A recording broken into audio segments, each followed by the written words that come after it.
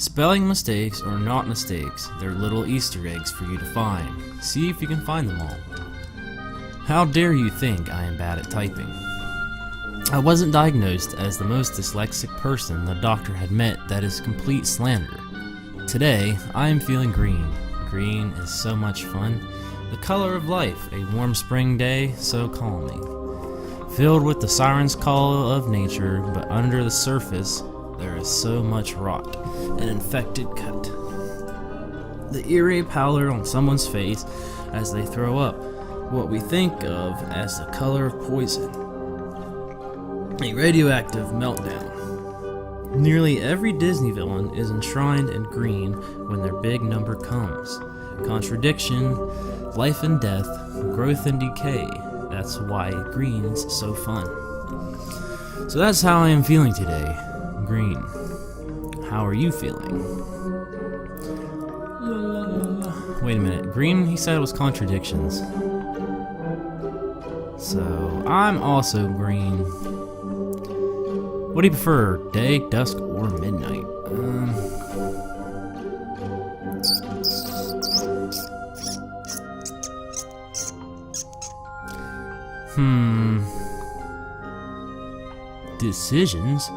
Decisions.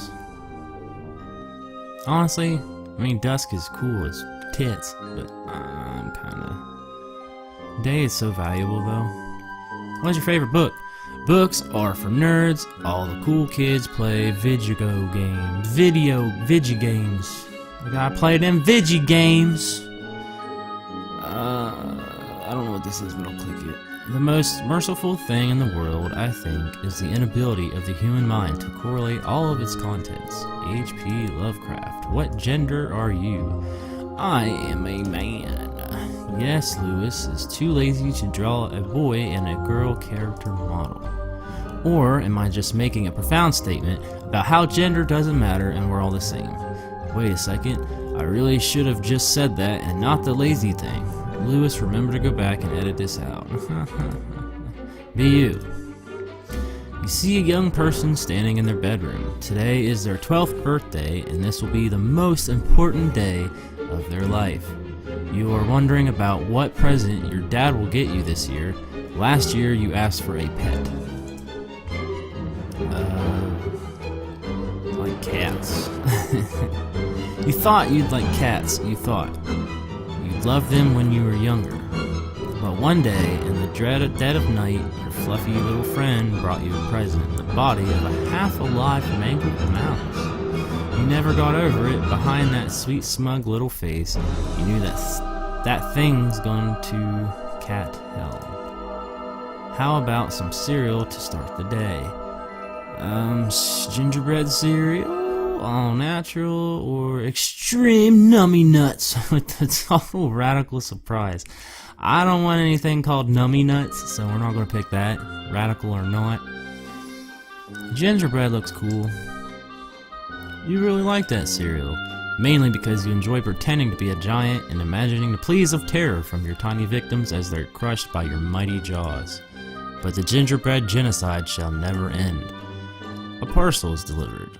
Your enemies are always whispering in the shadows trying to get you, but you're one step ahead. You always make sure to repeatedly stab any post delivered to you in case there is a poison spider. There are poison spiders hiding inside. You can't be too careful. One time I found a bomb, but the person who made it was smart.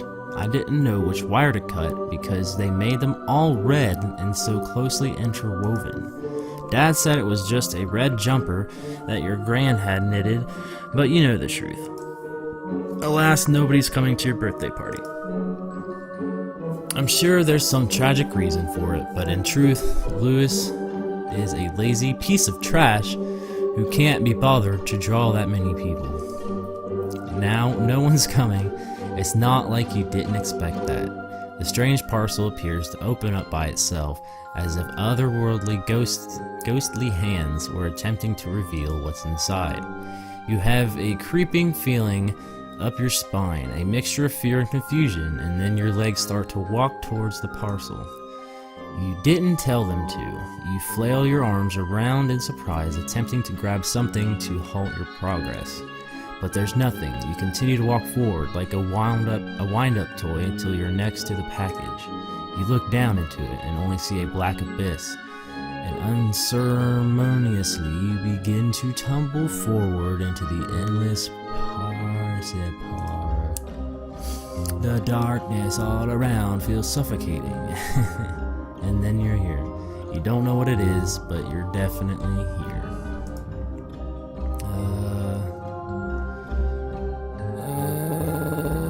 It's an adventure. Oh God, I'm in hell. I knew they were all after me. The package must have been booby-trapped. And if you've laughed at the word booby-trap, I am very ashamed of you. And now you're dead and you're going to hell.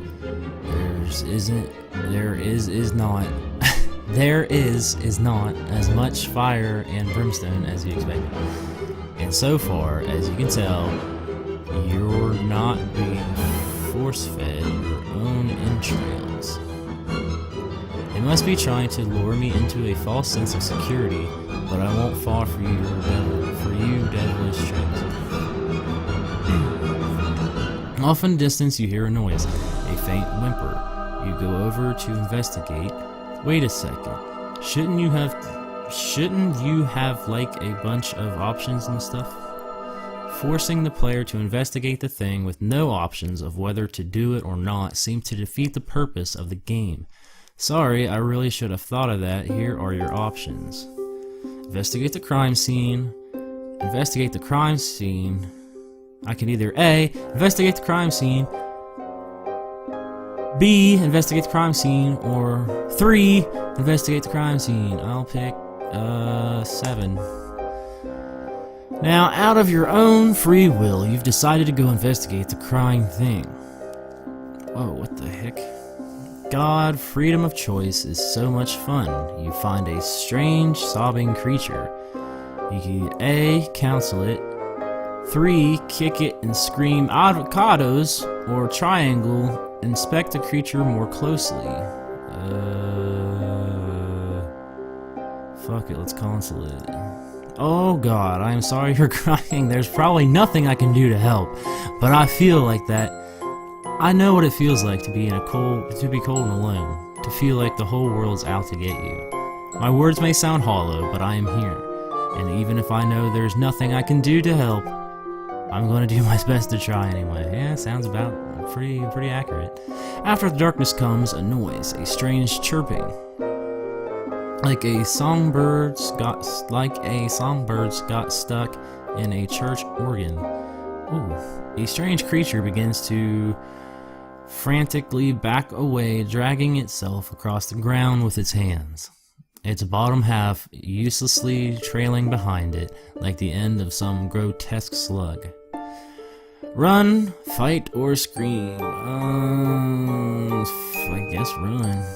Oh, what about that poor creature? Oh shit, whoops. Well, I guess we're fighting! You pathetically flail at the nightmare, but even in a situation which is life or death, you can't help but pull your punches. You've always resolved conflict with kind words. You're completely out of your depth trying to slap something into submission. The monster casually backhands you, throwing your body through the air like a child that's bored with a doll. You feel your body slam into something hard, and then there's darkness.